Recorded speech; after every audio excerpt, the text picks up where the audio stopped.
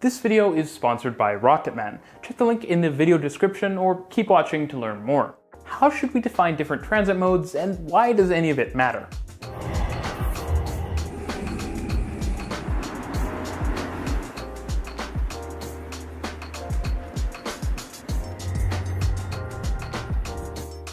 Now, if you're wondering why I even want to talk about what the names of modes are, I think it's important that we have global terms. I like to talk about cities around the world, and I like to have terms that I can use to refer to literally anywhere. It's a little frustrating if I have to talk about a system in Europe and always refer to it as a metro, and a system in America and always refer to it as a subway. Or when I'm in Tokyo and it's unclear whether I should refer to an underground rail system as a metro or a subway. Having unifying terms is so important because it helps us distill what the common features of transit modes and lines are. So let's talk about that. I suppose the easiest place to start with the definition of transit modes is with the simplest transit mode: intercity rail. Intercity is an appropriate term to use for trains which travel between several completely independent cities, or urban areas in general. Hence the term inter. What I would argue though is that once you're talking about a train that connects cities which are all within orbit of one another, basically within a short commuting distance, then you're really looking at a regional train, especially if traveling on a regional scale is the intended use of the service. So no, I don't think the Tokaido Shinkansen between Tokyo and Osaka is really a regional train just because some people use it for supercommuting. Now let's talk a bit more about regional trains. Something I notice a lot when I talk about rail in places other than North America is that what people refer to as regional rail is often very different. What North Americans often call regional rail, which is literally rail that serves a city and its adjacent suburbs, is what Australians would call suburban rail. The truth is that I think suburban rail is probably a better term for what that is, but it tends to be an unpopular one in North America because in our urbanism and transit spaces, suburbs are seen as really quite terrible in North America. And so calling a form of transit something related to suburbs is generally probably not a very popular idea. Of course, it's not just Australia that calls regional rail that serves larger regions than just cities and their suburbs. That's also the common definition in many places, like for example Europe, where for example the Regiobahn seen in Germany is quite literally that definition of regional rail, whereas S-Bahn trains are more like suburban rail. Now, in other parts of the world, suburban trains are sometimes referred to as commuter.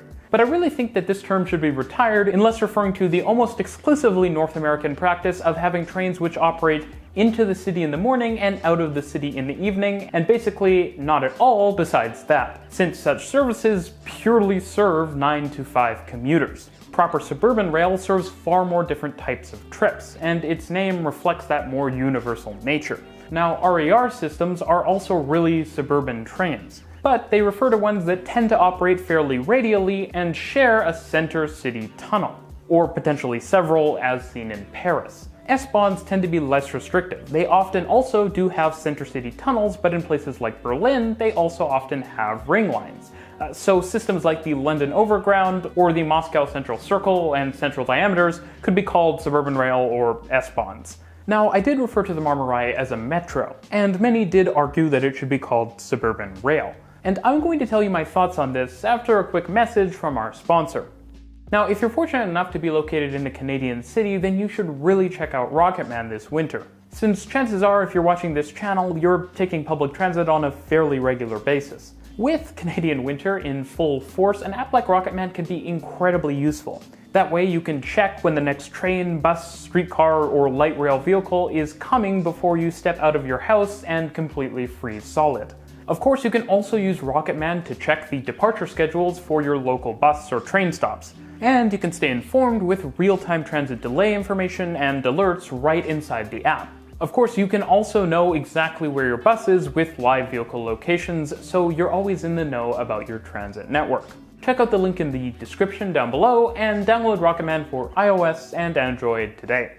Now, I think the Marmarai is more reasonably called a metro than suburban rail for a number of reasons. For one, the trains it uses really make sense for the metro style of operation. Super high frequency. And the Marmarai only has 2 tracks for its own operation, and it doesn't have the wide variety of services often seen on suburban rail systems that have more tracks to play with. Now, that's not to say the term suburban rail isn't accurate, because it is, and the Marmarai is suburban rail. It's just also a metro. And I'd argue metro is the most specific or precise term you could use to describe the Marmarai. For example, the London Underground is also clearly a metro, but large sections of it could also be classified as suburban rail. And given that many sections of the London Underground actually do feature quad track, I think suburban rail makes more sense for the London Underground than it does for the Marmarai. Now, defining what a subway or metro or rapid transit is probably deserves its own video, which fortunately I actually made before. My message in that video is that being a metro is more fundamental than what your vehicles look like or what your stations look like. If you operate few service patterns and high-frequency service, you're probably a metro. Of course, the term MRT, or mass rapid transit, is sometimes used in parts of the world, such as Southeast Asia. But lots of forms of transit could be considered mass, so I don't necessarily love using that term. So what about light metro, something I talk about a ton on this channel? Well, to be fair, as I've mentioned in previous videos, light metro is a term that gets abused a bit. I'm still pretty firmly in the camp that believes that a 4 or even 3-car train that's wide enough and has lots of doors should be considered heavy metro. So I'd call that the border region. Of course, nobody, me included in that, would refer to, say, the Canada Line or the Copenhagen Metro with their 40-meter-long trains as heavy metro. But can 70, 80, or 100-meter trains that are quite wide really be called light?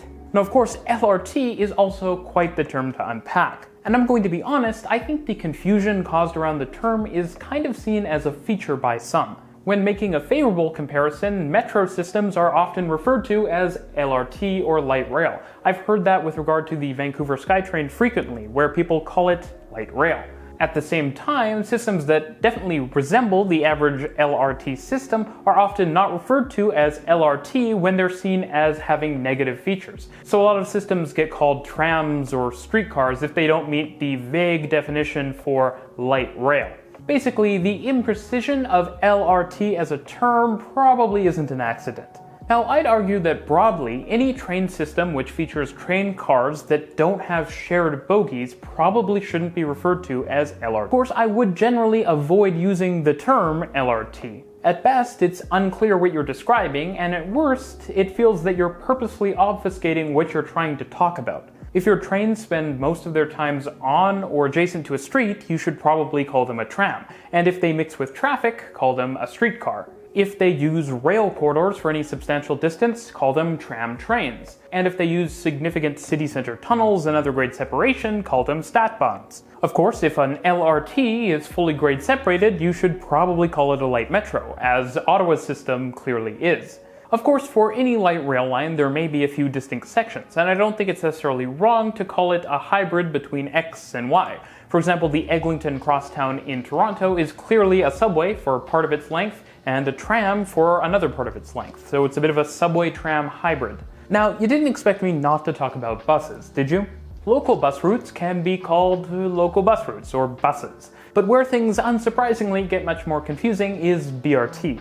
The first thing I'll say is if you have a few nice shelters and maybe some queue-jump lanes, you're still really talking about buses, just better buses. But I would say you are BRT light. Systems are kind of like suburban rail or the New York subway, but with buses, with lots of stations, services, and bypass lanes. Transitways distinguish themselves from standard BRTs by having higher top speeds and alignments more similar to rail. So why does any of this actually matter? People are often overly pedantic, but I like to say that the service doesn't lie. Terms are often thrown around by politicians or planners in order to sell people on a certain idea or to be purposefully vague. I remember going to a public meeting at one point where a planner told me and my focus group of people that BRT had the same capacity as a metro, even though obviously BRT doesn't have the level of capacity of a metro if you can't have a very large corridor, which the street we were talking about didn't. It's this sort of abuse of the vagueness of different terms for modes in transit that is really frustrating and doesn't help people understand what transit actually looks like and how it functions in our cities. And so this is why the terminology we use and what we call modes is so important. Thanks for watching.